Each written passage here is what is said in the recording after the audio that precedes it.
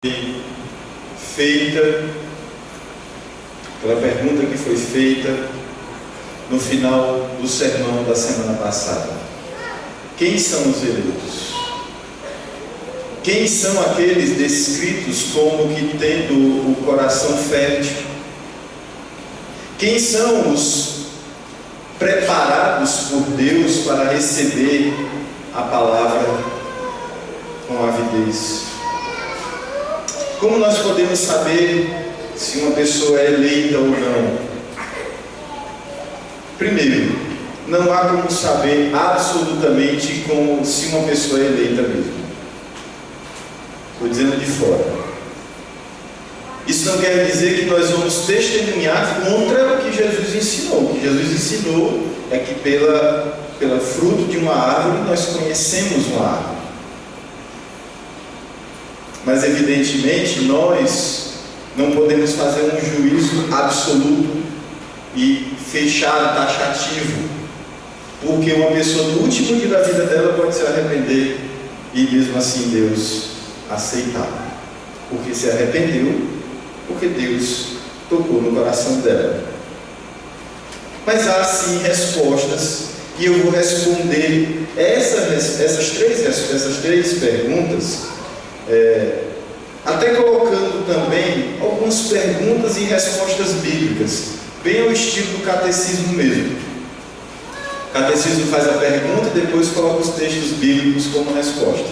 Nós vamos fazer mais ou menos isso, para que você possa ter um entendimento melhor sobre a questão. E como foi que começou então a questão do nosso tema aqui? Como foi que nós desenvolvemos isso até chegar a essa conclusão? Foi quando nós entramos em 1 Coríntios capítulo 12, capítulo 13 e capítulo 14, quando o apóstolo Paulo ele diz que o centro da vida da igreja deve ser a edificação, deve ser o culto. Nós precisamos priorizar, nós precisamos ter isso muito claramente, a prioridade da edificação na vida da igreja.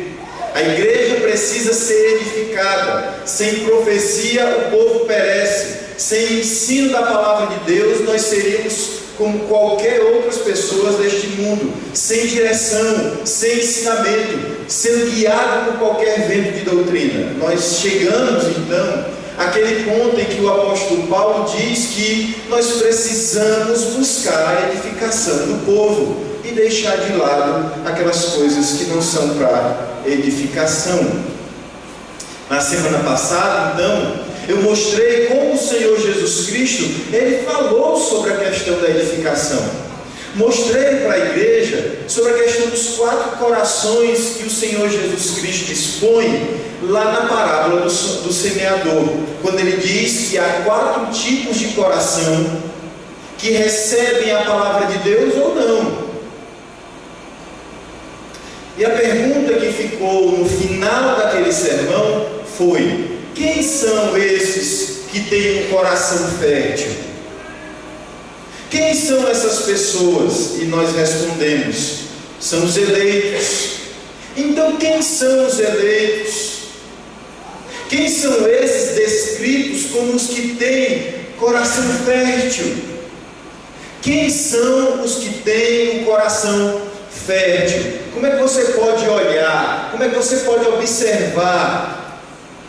Como é que você pode chegar à conclusão que alguém dá testemunho de que tem um coração fértil? O Senhor Jesus Cristo, ele disse em 2 ocasiões no livro de Mateus que pelos frutos nós conheceríamos a árvore. O que são esses frutos? As pessoas pensam que são só as obras, e não são só as obras. Os frutos, aqui ele estava se referindo à crença. Qual é a crença dessa pessoa? No que essa pessoa crê?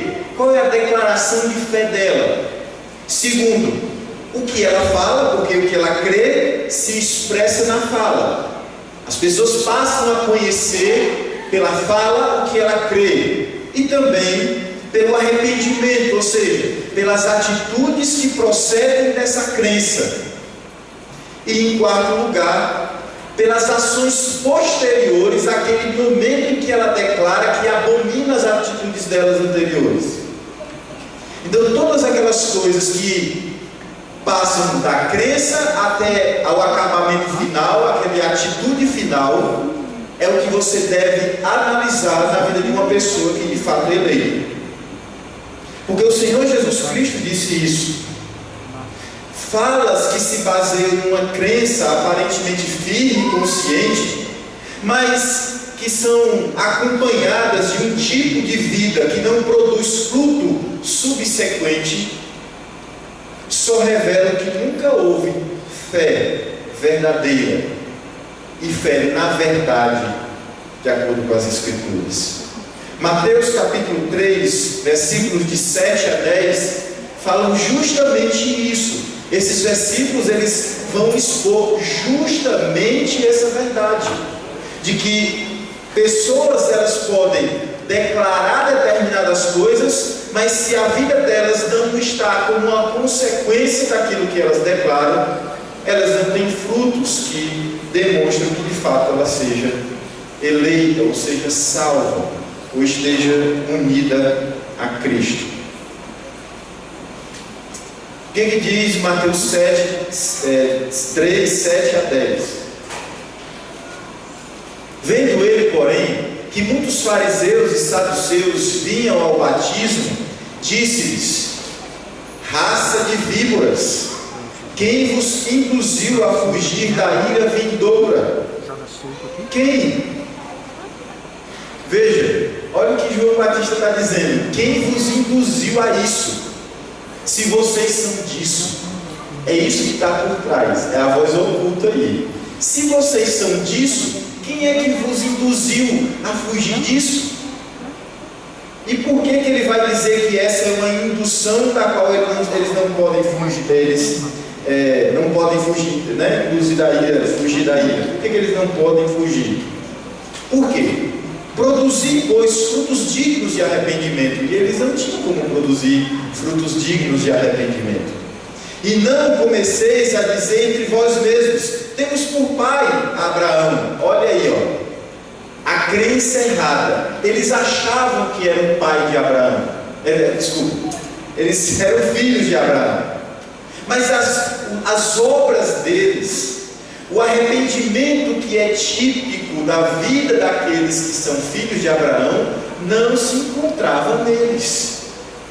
Então eles poderiam dizer: estou fugindo da ira vindoura, sou filho de Abraão. Não importa, se vocês não ouvirem aquilo que eu estou pregando e se arrependerem de seus pecados, não adianta vocês dizerem: sou filho de Abraão. Porque eu vos afirmo que destas pedras Deus pode suscitar filhos a Abraão. Já está posto o machado à raiz das árvores. Toda árvore, pois, que não produz bom fruto, é cortada e lançada no fogo. Então observe que aqui você tem uma evidente caracterização daquilo que de fato é um filho de Abraão. Um filho de Abraão, ele tem uma crença que leva ele ao arrependimento, para que aí então ele tenha obras de acordo com o arrependimento. E assim, de acordo com a crença. Uma pessoa que tem boas obras e não crê da forma como Deus ensina na Escritura, nada vale. E uma pessoa que declara crer de acordo com o que está nas Escrituras, mas não tem uma vida correspondente a isso, nada vale, porque a obra de Deus não é incompleta. Ela tem começo, meio e fim. Segunda coisa que vai ser colocada até pelo próprio Senhor Jesus Cristo a respeito dos frutos que acompanham aqueles que são verdadeira árvore ou que estão dando frutos de verdade, vamos dizer assim. Mateus capítulo 12, versículo 33. Por favor, abra. Mateus capítulo 12, versículo 33. Mateus 12, 33. O coração está cheio do que o domina. Observe, o coração está cheio daquilo que o domina. Vou repetir, o coração está cheio daquilo que o domina. Os frutos são fruto do que está no coração e assim do que lhe domina. Mateus 12, 33 a 37, que diz assim: ou fazei a árvore boa, e o seu fruto bom, ou a árvore má, o seu fruto mau. Porque pelo fruto se conhece a árvore. Raça de víboras, como podeis falar coisas boas sendo maus? O que ele está falando aqui? Que a atitude má revelava o que tinha no coração deles. Então, como é que vocês, sendo maus, podem dizer coisas boas? Mas o homem mau, do mau tesouro, tira coisas más. Digo-vos que, de toda palavra frívola que proferirem os homens, dela darão conta no dia do juízo. Porque pelas tuas palavras serás justificado, e pelas tuas palavras serás condenado. Provérbios 18, se vocês quiserem só me ouvir lendo, não tem problema. Provérbios 18, 20 a 21 diz assim: do fruto da boca o coração se farta, do fruto da boca o coração se farta. A boca fala do que está cheio o coração, é outra maneira de dizer a mesma coisa. Do fruto da boca o coração se farta, ou seja, a boca está produzindo frutos do que está farto o coração. Quando uma pessoa fala uma coisa, é porque o coração dela está cheio daquelas coisas. Do que produzem os lábios se satisfaz. A morte e a vida estão no poder da língua. O que bem a utiliza, come do seu fruto. Então, se uma pessoa ela tem bons frutos no coração, a boca dela falará a respeito disso e as atitudes dela serão consequência disso. Se ela então não está em Cristo, evidentemente o coração dela estará cheio de coisas ruins, a boca dela estará cheia de coisas ruins e as atitudes dela estarão cheias de coisas ruins, segundo as Escrituras. Como eu posso conhecer um eleito? Olhando a crença, olhando a fala, olhando o arrependimento, a vida de arrependimento, e assim as ações consequentes desse arrependimento, que não são só naquele momento, porque agora eu estou arrependido, ai que coisa, eu me arrependo, realmente eu fiz errado, aí no outro dia eu volto a fazer. Isso não é arrependimento. Como dar bons frutos? Primeiro, como dar frutos? Segundo, como dar bons frutos? Como fazer isso? A única forma de dar bons frutos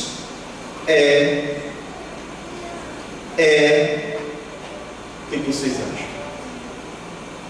Qual é a única forma que nós temos de dar bons frutos?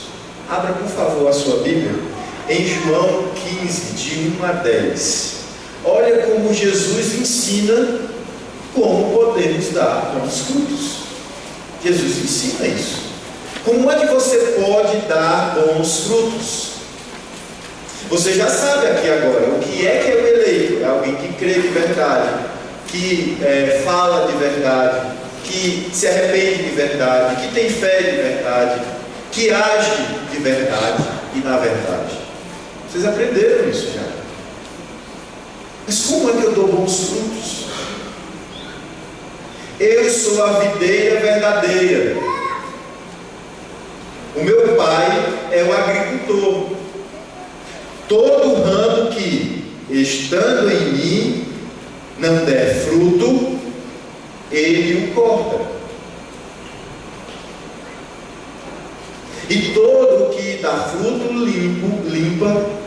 limpa, para que produza mais fruto ainda. Vós já estáis limpos pela palavra que vos tenho falado. Permanecei em mim, e eu permanecerei em vós. Como não pode o ramo produzir fruto de si mesmo, e se não permanecer na videira, assim nem vós o podeis dar, se não permanecerdes em mim. Eu sou a videira, vós os ramos. Quem permanecer em mim e eu nele, esse dá muito fruto, porque sem mim nada podeis fazer. Se alguém não permanecer em mim, será lançado fora, à semelhança do ramo, e secará. E o apanham, lançam no fogo e o queimam. Se permanecerdes em mim, e as minhas palavras permanecerem em vós, pedireis o que quiserdes, e vos será feito.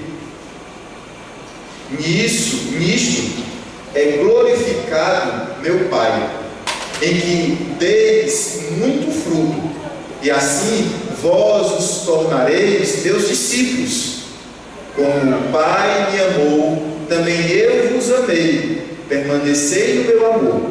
Se guardardes os meus mandamentos, permanecereis no meu amor, assim como também eu tenho guardado os mandamentos de meu Pai, e no seu amor permaneço. Versículo 14: Vós sois meus amigos, se fizerdes o que eu vos mando.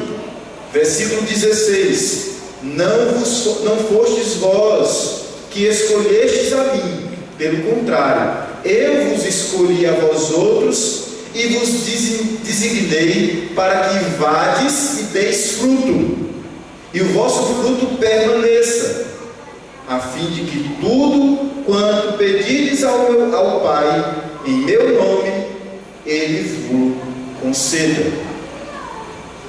Como eu posso dar frutos estando em Cristo? Como é que eu sei que estou em Cristo? Tudo que Ele fala, eu obedeço. E se eu obedecer, certamente eu permaneço no seu amor. E se eu estiver no seu amor, é evidente, é claro, que não fostes vocês que escolheram a Cristo, mas Ele escolheu vocês e vos deu para dar bons frutos. Como é que uma pessoa verdadeiramente pode dizer, sou eleito, e se ela não dá bons frutos? Como é que ela pode dizer, vou para o céu, se eu não estou dando bons frutos? Como então eu posso dar bons frutos, estando em Cristo e obedecendo a sua palavra? É assim que um crente dá bons frutos. Vamos entender agora quais são essas crenças, especificamente, quais são essas ações, quais são essas falas. E agora eu quero que você me acompanhe, porque nós vamos ler vários textos bíblicos aqui. Primeiro de tudo, entender e dar ouvido sem reservas à palavra de Deus é um sinal de um bom fruto. Entender e dar ouvidos sem reservas à palavra de Deus. João 8, 43 a 47. Qual a razão por que não compreendeis a minha linguagem? João 8, 43 a 47.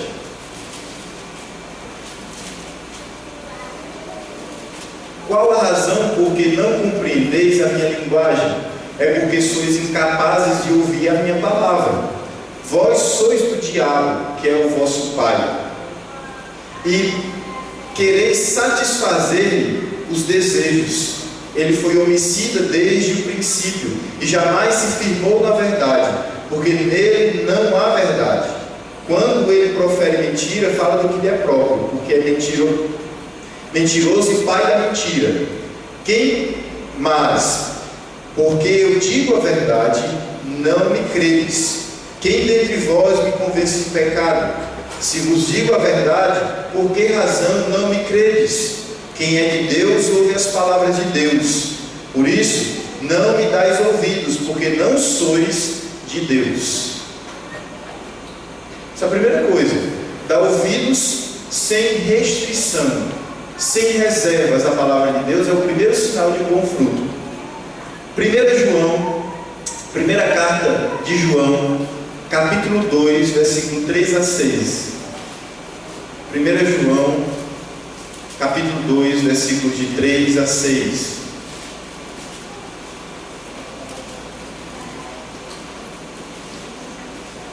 João 2, de 3 a 6. Ora, sabemos que o temos conhecido por isto. Sabemos que o temos conhecido por isto, se guardarmos os seus mandamentos. Aquele que diz, eu conheço, e não guarda os seus mandamentos, é verdadeiro. Não é não?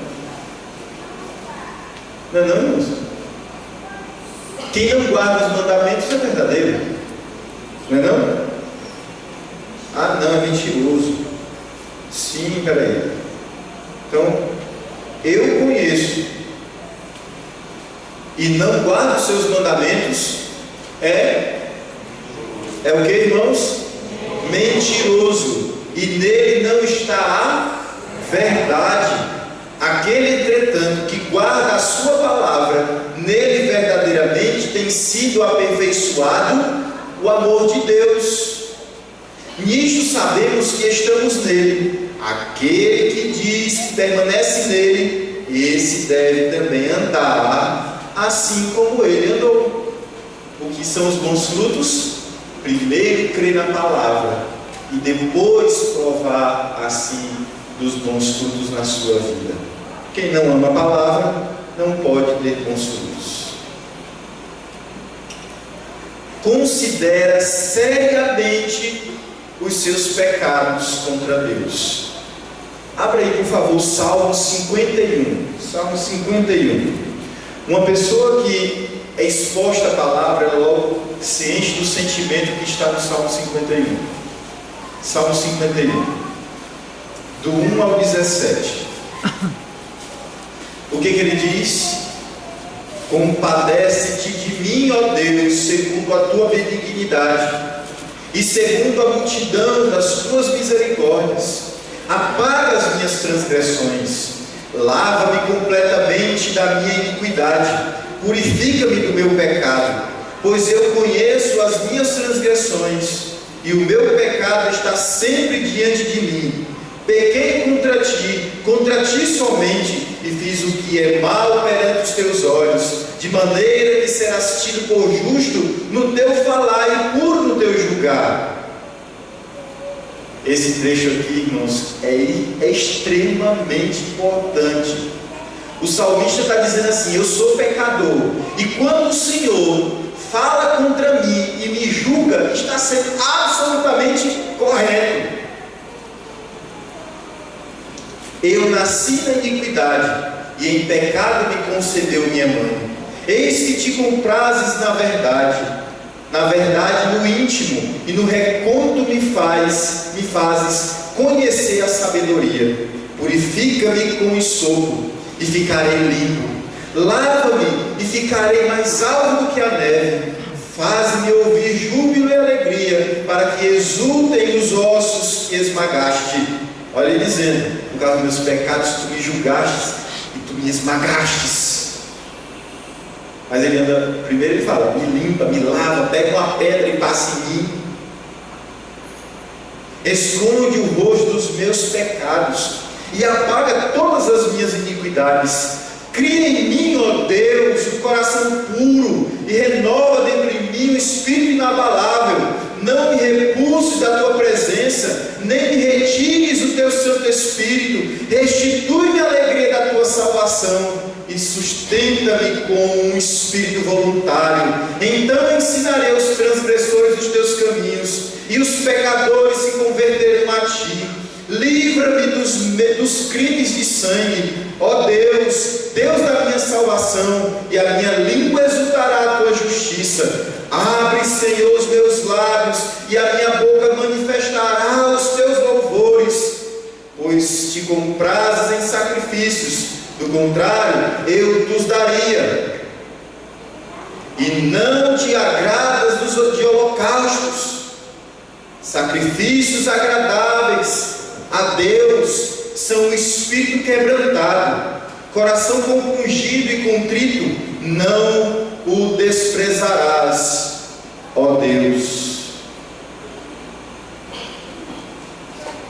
Esse é o fruto que há no coração daqueles que são terra fértil. Eles andam contritos diante de Deus, eles reconhecem os seus pecados, não fazem de pecados pecadinhos de estimação. Ele não anda soberbo dizendo: sou muito justo, quem é que pode me acusar de alguma coisa? Esse não é porque tem um bom fruto no coração. O arrependimento, então, gera vida. E essa vida verdadeiramente vem por causa da palavra do Senhor. Atos capítulo 11, versículo 18. Por favor, abra aí comigo. Atos 11, 18. O arrependimento que gera vida. Tudo isso aqui que o Saulo está colocando, nós poderíamos dizer que é justamente o que está sendo dito aqui em Atos 11, 18. O arrependimento gera vida. Você considera a morte, Deus te vivifica e te dá uma nova vida. 11, 18 que diz assim: e ouvindo eles estas coisas, apaziguaram-se e glorificavam a Deus, dizendo: logo, também aos gentios foi por Deus concedido o arrependimento para a vida. Porque o arrependimento, ele gera vida. É o fruto do arrependimento. É vida, e vida em abundância com Deus.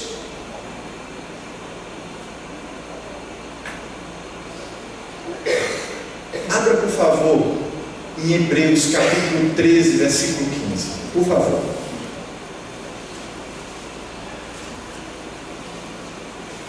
Veja como a vida nova em Cristo, ela nos traz ensinamentos preciosos. Mas a primeira coisa que acontece visivelmente aonde?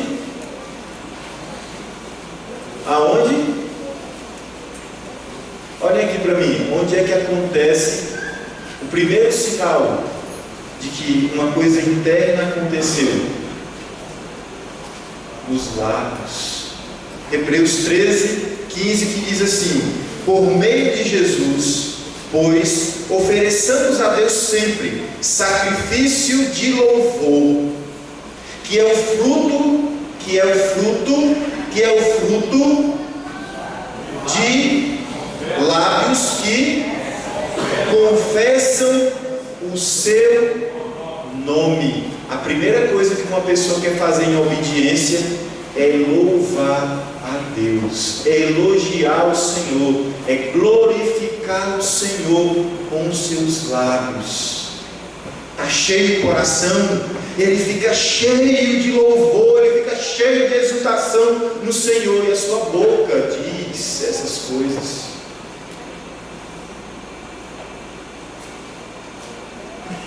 Uma pessoa que tem um coração fertilizado por Deus e a palavra de Deus está lá, tem uma vida controlada pelo Espírito Santo. Por favor, abra sua Bíblia em Gálatas capítulo 5. Gálatas capítulo 5, versículo 22.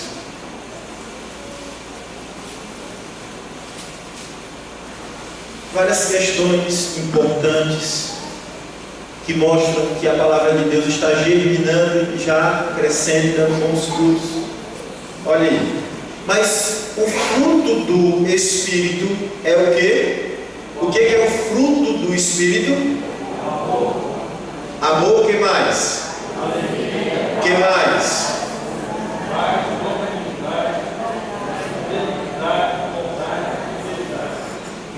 mansidão, domínio próprio. Contra estas coisas não há. Por quê? Porque a lei fala dessas coisas. Não tem lei contra o amor, não tem lei contra a mansidão, não tem lei contra a benignidade. Por quê? Porque a lei fala dessas coisas. E os que são de Cristo Jesus crucificaram a carne com as suas paixões e concupiscências. Se vivemos no Espírito, andamos também no Espírito. Não nos deixemos possuir de vanglória, provocando uns aos outros, tendo inveja uns dos outros. Efésios capítulo 5, abre por favor. Efésios 5.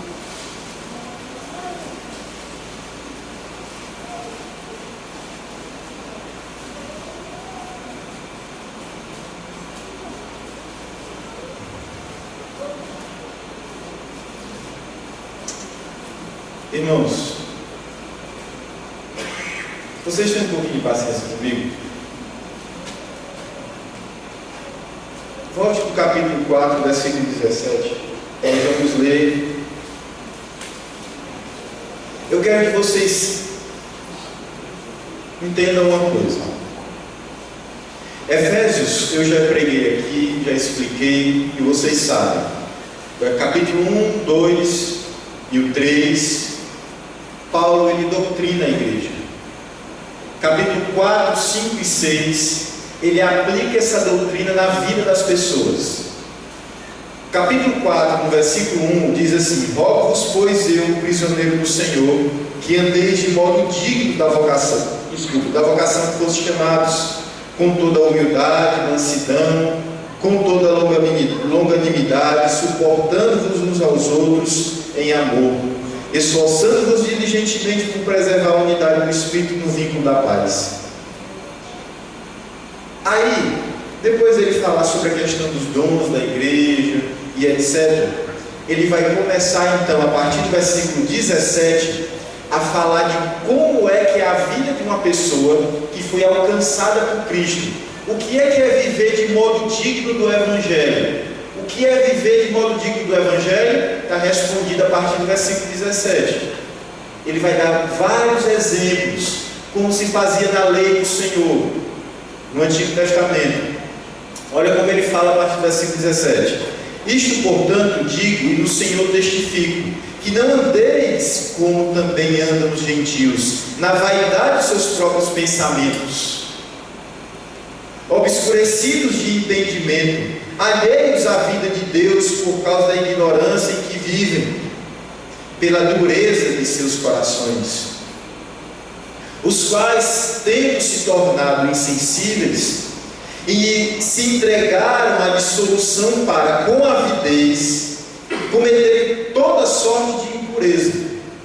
Mas não foi assim que aprendestes a Cristo, se é que de fato tendes ouvido e nele fostes instruídos, segundo é a verdade em Jesus, no sentido de que, quanto ao trato passado, vos despojeis do velho homem, que se corrompe segundo as concupiscências do engano, e vos renoveis no espírito do vosso entendimento, e vos revistais do novo homem, criado segundo Deus, em justiça e retidão, procedentes da verdade. Por isso, deixando a mentira, fale cada um a verdade com o seu próximo, porque somos membros uns dos outros. Observe que ele agora começa a entrar nos vários exemplos da vida. Você falava mentira, agora você fala a verdade. Não é deixar de mentir, é falar a verdade. Existe uma diferença entre deixar de mentir e falar a verdade. Deus chama o crente para falar a verdade. Não é para ser omisso e nem para se calar, mas para falar a verdade. E ele continua: irai-vos e não pequeis, não se põe o sol sobre a vossa ira, não deis lugar ao diabo, aquele que furtava não furte mais, antes trabalhe, fazendo com as próprias mãos o que é bom, para que tenha com que acudir ao necessitado. Observe, trabalhar e ganhar dinheiro não tem um fim em si mesmo. É para ajudar o outro. Não saia da vossa boca nenhuma palavra torpe, e sim unicamente o que for boa para a edificação, conforme a necessidade, e assim transmita graça aos que ouvem. E não entristeçais o Espírito de Deus, no qual fostes selados para o dia da redenção. Longe de vós toda amargura, e cólera, e ira, e gritaria, e blasfêmias, e bem assim toda a malícia. Antes, sede uns para com os outros benignos, compassivos, perdoando-vos uns aos outros, como também Deus em Cristo vos perdoou. Sede, pois, imitadores de Deus como filhos amados, e andai em amor, como também Cristo vos amou, e se entregou a si mesmo por vós, como oferta e sacrifício a Deus, em aroma suave. Mas a impudícia e toda sorte de impurezas, ou cobiça, nem sequer se nomeia entre vós, como convém a santos. Nem conversação torpe, nem palavras vãs ou chocarrices, coisas essas inconvenientes, antes, pelo contrário, ações de graça.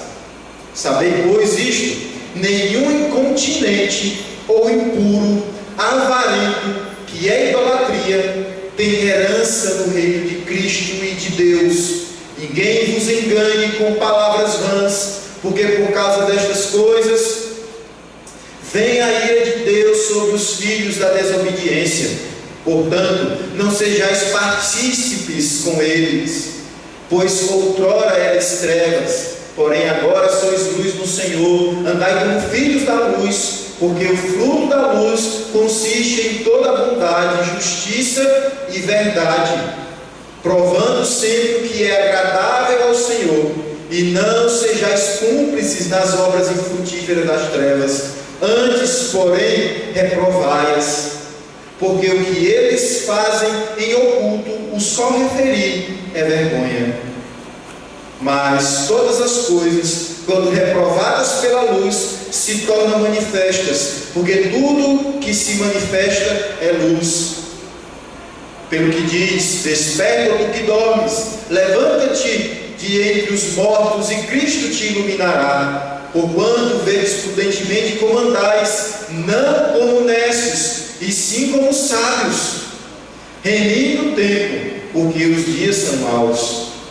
Por esta razão, não vos torneis insensatos, mas procurai compreender qual a vontade do Senhor.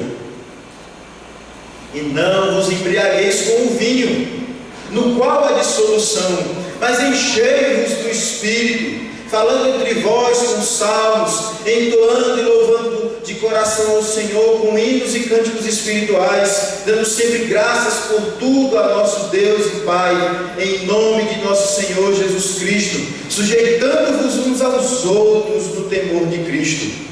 As mulheres sejam submissas a seus próprios maridos, como ao Senhor, porque o marido é o cabeça da mulher, como também Cristo é o cabeça da igreja, sendo estes mesmo Salvador do corpo. Como, porém, a igreja está sujeita a Cristo, assim também as mulheres sejam em tudo submissas aos seus maridos. Maridos, amai vossas mulheres, como também Cristo amou a igreja, e a si mesmo se entregou por ela, para que a santificasse, tendo-a purificado por meio da lavagem de água pela palavra, para apresentar a si mesmo igreja gloriosa, sem mácula, nem ruga, nem coisa semelhante, porém santa e sem defeito. Assim também os maridos devem amar suas mulheres como aos seus próprios corpos. Quem ama a sua esposa, a si mesmo se ama, porque ninguém jamais odiou sua própria carne, antes a alimenta e dela cuida, como também Cristo faz com a igreja, porque somos membros do seu corpo. Eis porque deixará o homem a seu pai e a sua mãe, e se unirá à sua mulher, e se tornarão os dois uma só carne. Grande é este mistério, mas eu me refiro a Cristo e à igreja. Não obstante, vós, cada um de per si, também ame a sua própria esposa como a si mesmo, e a esposa respeite ao seu marido. Filhos, obedecei a vossos pais do Senhor, pois isso é justo. Honra teu pai e a tua mãe, que é o primeiro mandamento com promessa, para que te vá bem e sejas de longa vida sobre a terra. E vós, pais, não provoqueis vossos filhos à ira, mas criai-os na disciplina e na demonstração do Senhor. Quanto a vós outros servos, obedecei a vossos senhores, segundo a carne, com temor e tremor, na sinceridade de vosso coração, como a Cristo, não servindo à vista como agradar a homens, mas como servos de Cristo, fazendo de coração a vontade de Deus, servindo de boa vontade como ao Senhor e não como a homens, certos de que cada um, se fizer alguma coisa boa, receberá isso outra vez do Senhor, quer seja servo, quer livre. E vós, senhores, de igual modo procedei para com eles, deixando as ameaças, sabendo que o Senhor, tanto deles como vós, está nos céus, e que para com ele não há acepção de pessoas. É assim que são os frutos. Você foi alcançado por Cristo, você foi salvo em Cristo Jesus, o seu coração é uma terra fértil que recebe a palavra de Deus e germina e cresce uma árvore frondosa e enche de frutos. Isso aqui são os frutos. É vida familiar, é no trabalho, é na submissão à autoridade, é na vida com os seus filhos, é na mentira, é na verdade, é no palavreado, é no jeito que fala, é no jeito que se comporta, é no tipo de conversa que tem. Não tem aquele tipo de gente que tudo que conversa é fútil. Isso revela o que está no coração.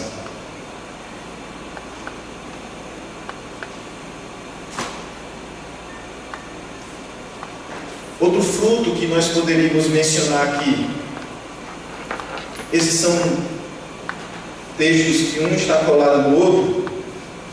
Cuidado com a cooperação uns com os outros e obediência aos seus guias. Abra por favor comigo em Hebreus 13, 16 e 17.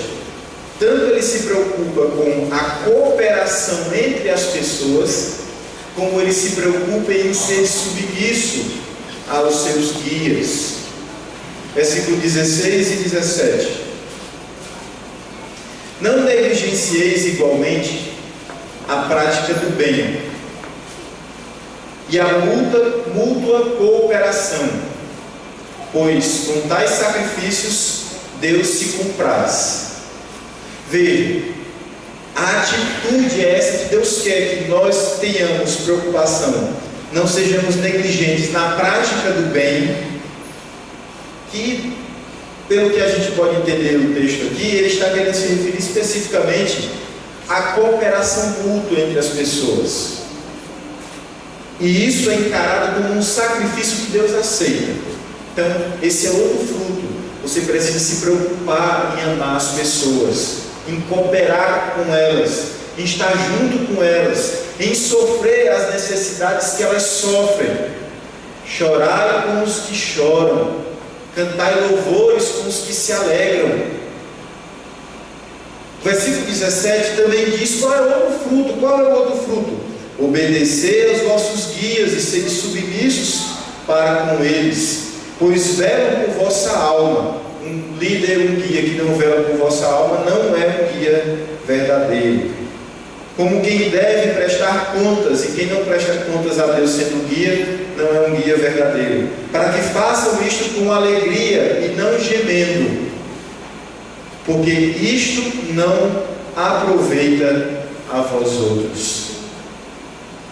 Isso não é aproveitável para nós mesmos, quando nós não somos obedientes aos nossos guias. Então, qual é o fruto que se espera daqueles que são crentes? A obediência àqueles que os guiam.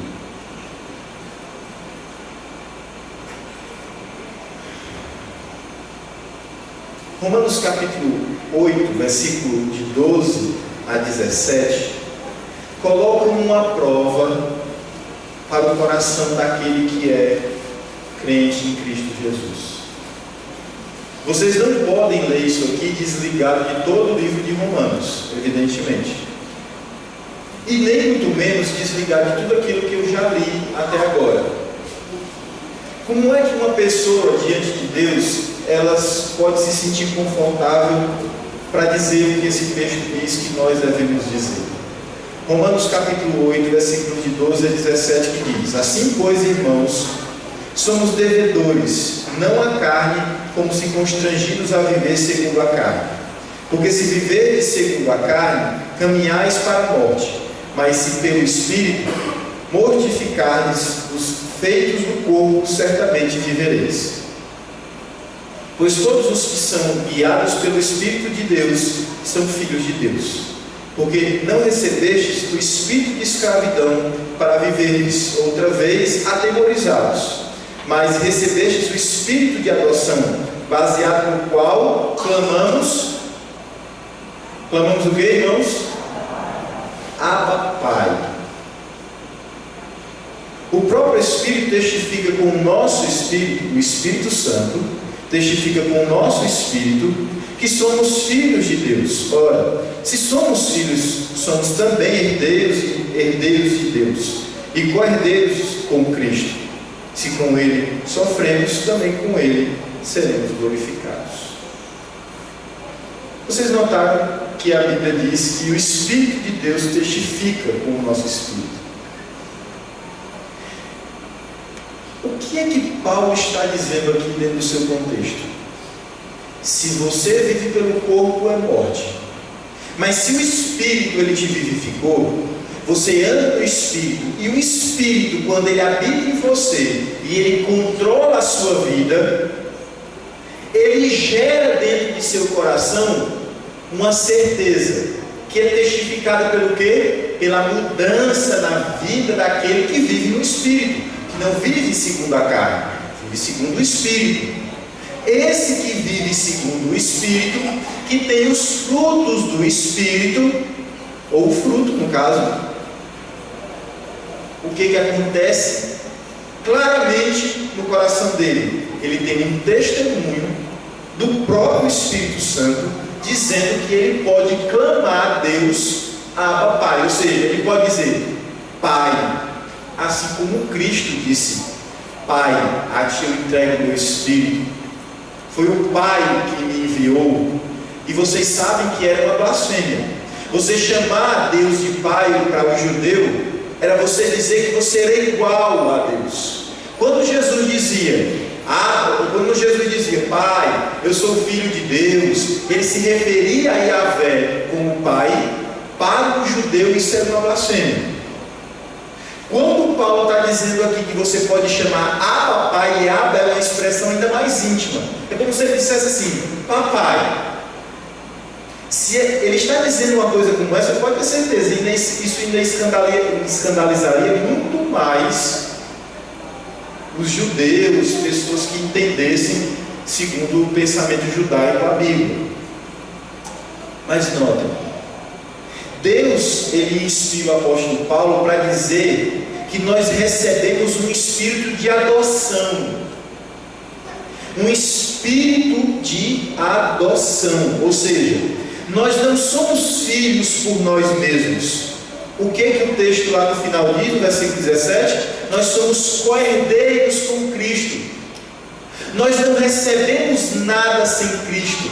Nós não estamos em Deus no Espírito sem Cristo. Cristo, ele então é o motivo pelo qual Deus me adota. E quando então Deus me adota por causa de Jesus Cristo, Ele e Jesus Cristo enviam o seu Espírito, e o Espírito Santo de Deus, ele sela a obra de Cristo em nós. E ele trabalha em nossas vidas, e ele muda as nossas vidas para que a gente seja como aquele que nos comprou, que é o Senhor Jesus Cristo.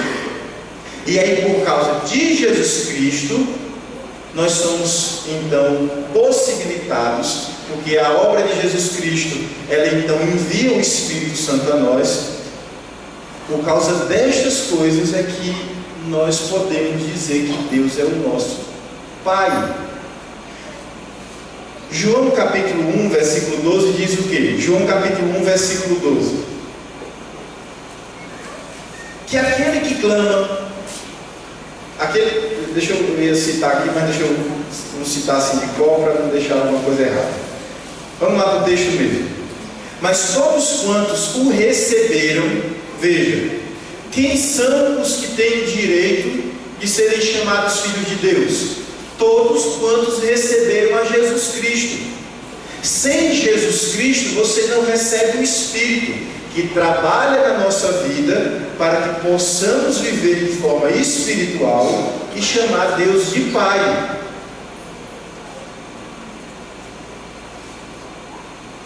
Então, todo aquele que receber, todos quantos o receberam, deu-lhes o poder de serem feitos filhos de Deus, a saber, os que creem no seu nome. Então, como é que uma pessoa pode dizer assim, sou salvo? É se a obra do Espírito se fizer presente na vida dela. Se o Espírito Santo estiver levando aquela pessoa a ser como Cristo, não no sentido de Deus, mas que ela realmente reflita a Jesus Cristo em sua vida.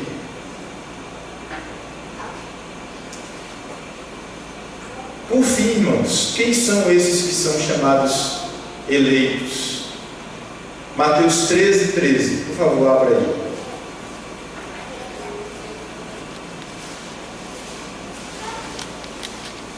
Mateus 13, 13.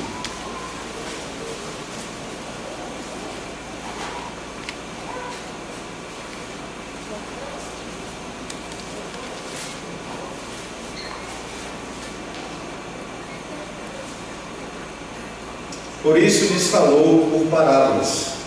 E fala por parábolas. Acho que eu errei aqui a referência. Eu errei a referência. De alguma forma eu errei aqui. É quando Jesus disse assim, eu escrevi aqui o versículo, mas eu coloquei a referência errada. Deixa eu ver se é 23, 13. Deixa eu ver.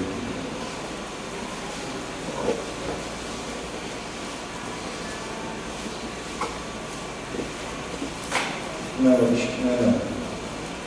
Já eu acho aqui, enquanto nós estivermos cantando, eu acho rapidinho. Oi? 13, 23. Vamos ver se todo mundo está sabendo o que eu quero escrever, o que eu quero. Não, não é 13, 23 não. Eu vou dizer o versículo, para que vocês saibam, eu procuro daqui a pouco a referência a vocês. Que diz assim: sereis odiados de todos por causa do meu nome. Aquele, porém, que perseverar até o fim, esse será salvo. Vou ler de novo. Sereis odiados de todos por causa do meu nome. Oi. 10, 22.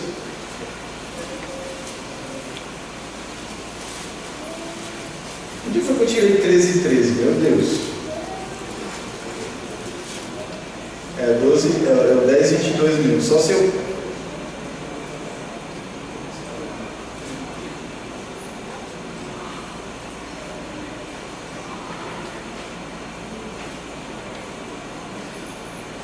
É porque eu marquei Mateus aqui, mas era Marcos. É Marcos 13, 13. E é também 10, 22. É isso mesmo. Marcos 13, 13. Mais ou menos 10, 22 aí para os irmãos. Sereis odiados de todos por causa do meu nome. Aquele, porém, que perseverar até o fim, esse será salvo. Isso quer dizer o quê? Uma pessoa, ela pode passar a vida inteira e chegar lá no dia da crucificação dela como ladrão da cruz e dizer: Senhor, eu me arrependo. E Jesus dizer: hoje mesmo estarás no paraíso comigo. Ela perseverou até o momento, do momento em que ela creu, até o último momento da vida dela, ela perseverou. Da mesma forma, se você conhecer o Senhor com 5 anos, com 1 ano, que seja, você passou a vida inteira na igreja, ativo, cantava, e fazia tudo, e pregava, e tudo. No final da sua vida, se você deixou o Senhor, você não perseverou até o fim. Nós estamos acostumados, irmãos, a sempre pensar que quanto mais ativista a pessoa é na igreja, mais ela é crente. Isso não é verdade. Tem muita gente que é ativista na igreja e não crê no que a Escritura ensina. Se nega a ouvir o que a palavra de Deus tem para ensinar. Por isso, irmãos, vamos voltar ao nosso ponto inicial. Quem são os eleitos? Quem são aqueles descritos como quem tem o coração fértil? Quem são os preparados por Deus para receber a palavra? São esses que creem, que se arrependem, que falam coisas de acordo com o que creem, que tem uma vida transformada, e que essa vida tem esses vários frutos que nós mencionamos aqui, e se perduram até o último dia de sua vida. Por que, irmãos, isso? Porque aquele que começou a boa obra em vós é o que, irmãos? Há de completar até aquele dia, porque ele é o que? Fiel. Aquele que começou a boa obra em vós é fiel para completar essa obra até aquele dia. Não depende de nós. Ainda que Deus exorte a igreja a buscá-lo. Quem busca, certamente está ouvindo a voz de Deus. Quem não busca, quem não se dobra diante da palavra de Deus, certamente não está ouvindo a voz de Deus.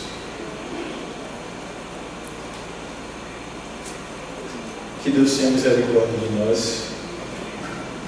Todos esses frutos, todas essas coisas que foram ditas aqui, tudo isso que foi lido sobre família, sobre filhos, sobre marido e mulher, sobre mentira, sobre trabalho, sobre o jeito de falar, o jeito de olhar, o jeito de agir, as relações promíscuas, tudo isso, irmãos, existirá nas nossas vidas se o Espírito controlar as nossas vidas.